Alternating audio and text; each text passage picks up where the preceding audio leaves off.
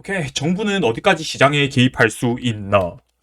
아시는 분도 아시고 모르시는 분도 계실 텐데, 이 헌터 형제라고 있습니다. 이 사람들이 뭐 했냐면은, 이 사람이 형, 이 또 뚱뚱한 사람이 또 형, 이 조금 마른 사람이 사람 동생. 둘이 전혀 안 닮았는데, 아무튼 형 동생입니다. 이 사람들이 이제 80년대에 은을 다 매점 매석해야겠다 해가지고, 그러니까 뭐 이렇게 생각한 거죠. 뭐 이렇게 은 같은 거 이거 매점 매석 쭉쭉쭉 해가지고 은 많이 모아서 나중에 비싸지면 한 번에 팔아야겠다. 근데 은 가격이 싸니까 이거 내가 빚져가지고 내가 가진 돈이랑 이 사람들이 부자거든요. 뭐 석유 이런 거 관련해가지고 해가지고 돈 많이 벌었어요. 그래가지고 그 돈으로 가지고 은 매점 매석 해가지고 나중에 비싸지면 팔면 좋겠다. 이렇게 생각한 거겠죠. 이걸 이제 실버 더스데이, 은 목요일이라고 부르는데 이제 금값이 얼마나 올랐냐면은 잘 안 보이는데 거의 한 10배가 오른 거거든요. 이 4달러예요, 4달러. 1온스당. 근데 이제 40달러까지 오른 거죠. 이제 은 시세가 트로이 온스당 6달러에 불과했으나 1년 사이에 이제 49.45달러로 이제 거의 700%, 7배가 뛴 거죠. 그래서 이제 헌트 형제가 전 세계 은 보유량의 이제 3분의 1을 매점하고 있었다. 매점 매석하고 있었다. 이제 그래서 근데 이제 헌트 형제가 이제 이 현물에만 손을 댄 게 아니라 선물도 같이 손을 댔단 말이에요. 그래가지고 이제 이거 보고 있으면 안 되겠다. 너무 단기간에 너무 많이 올라가니까 시장에 너무 개인이 너무 크게 관여한다 해가지고 국가가 개입해가지고 여기서 이렇게 해가지고 추가 매수 금지랑 이제 증거금 대폭 인상. 그러니까 예를 들어 선물로 어떠한 그 종목을 계약을 하려면은 이 증거금이 필요한데 뭐 예를 들면 뭐 한 계약하는데 뭐 1,000만 원 뭐 이런 식으로 증거금이 필요한데 근데 이게 증거금을 올려가지고 6배에서 10배까지 증거금을 올려버려요. 그러면은 이제 더 구매를 못 하겠죠 거기에다가. 그 다음에 이제 실버 룰 7이라 해가지고 기존의 계약을 가진 사람들은 이제 매도 버튼만 할 수 있고 매수 버튼을 이제 아예 금지시켜봤어요. 이게 삭제시켜봤어요. 이게 보면은 이게 사는 버튼 자체를 없애버렸단 말이에요. 그러니까 당연히 이제 선물로 계약했던 것들에 대해서 이제 콜옵션이 나와가지고 청산 당할 수밖에 없는 거고. 그러면 이제 결국에는 그렇게 해서 시장이 이제 정상화가 됐어요. 정상화가 됐는데 정부의 개입으로 인해서 뭐 이거에 대해서는 이제 말이 많겠죠. 어떤 사람이 이제 뭔가 그거 한 뭐 정상적인 거였다라고 생각할 수도 있고 아니면 시장의 개입이 뭐 있어야 한다고 생각할 수도 있고 시장의 개입이 없어야 한다고 생각할 수도 있고 정부가 그러면 이제 뭐 결론적으로 봤을 때 만약에 헌트 형제가 현물만 가지고 있으면은 그러면 이제 정부가 어떻게 하지 못하냐? 아니죠. 왜냐하면은 조금 더 복잡하고 조금 더 정부의 개입이 더 많이 들어가야 하는겠지만 결국에는 어차피 가격을 정부가 잡겠다고 한다면 무조건 가격은 잡을 수 있단 말이에요. 그러니까 현물만 가지고 있는 것도 사실 답은 아니고.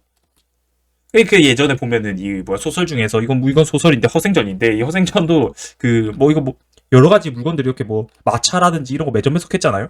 이 사람들이 매점 매석했을 때 허생도 매점 매석했을 때 봤을 때 얘네가 그쵸 이 허생도 이제 이 간 보면서 만약에 이 매점 매석을 해서 가능한 거지. 예를 들면 만약에 이때 쌀이라든지 이런 걸 만약에 전부 다 만약에 다 사들여요. 그래서 다 이 독점을 한 다음에 이제 일제히 자기가 이제 다 가지고 있으니까 이 가격을 쌀 가격을 이제 일제히 올려버리면은 두 눈 뜨고 그냥 갑자기 이제 필수제에 대해서 가격이 올라버리니까 안 먹을 수도 없고 쌀 같은 거는 밥을 먹어야 하니까. 그러니까 얘네들도 호생두개 가능했던 게 이제 정부의 눈치를 봐가면서 살짝 매점 매석을 해서 이제 가능한 게 아니었나 이런 생각이 드는데 당연히 뭔가에 대해서 너무 많이 뭔가 이렇게 한쪽으로 몰리거나 하면은 진짜 독점이 되고 하면은 당연히 개입이 어느 정도는 필요하겠죠. 무슨 쌀이라든지 그렇고 은도 사실 그 중에서 하나일 수도 있죠. 그렇지만 정부가 개입을 해야 한다, 말아야 한다를 얘기하고 싶었던 건 아니라 개입을 할 수도 있다. 이 정도까지 어떠한 시장이 왜곡이 발생한다면 정부는 개입을 할 수도 있다. 라는 거를 얘기하고 싶었고 그리고 만약에 이때 당시 이게 40달러였거든요. 이때 당시 80년도란 말이에요. 이때. 근데 이때 물렸었어도 40년을 가지고 있으면은 일단 이때 한번 탈출 기회를 주고 2010년도 때 이때 한번 탈출 기회를 주고 이때는 이제 한 30년 가지고 있으면 되죠. 그 다음에 10년 동안 더 가지고 있었으면은 이제 사실 수익권이다. 이때 물렸어도. 그러니까 원자재는 물려도 들고 있으면은 그래도 살아남을 수 있다.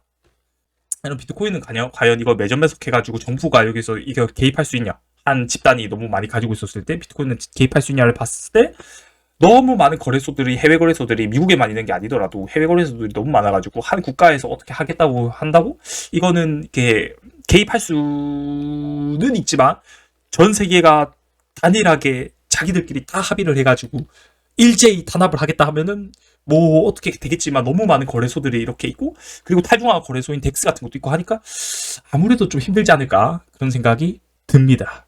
그리고 이제 사실 이제는 비트코인이 너무 많이 비싸져가지고 이제 이 정도 비싼 것들을 이제 사실 어떠한 하나의 세력이 독점해가지고 뭔가 이렇게 다 사들이는 것도 매점 매석을 한다는 것도 이제 점점 비싸지고 있는 거고 그리고 비트코인은 이제 특성상 어떤 한 집단이 매점 매석을 한다고 해서 이거를 대체제가 없냐? 비트코인밖에 없냐? 또 그런 것도 아니란 말이에요.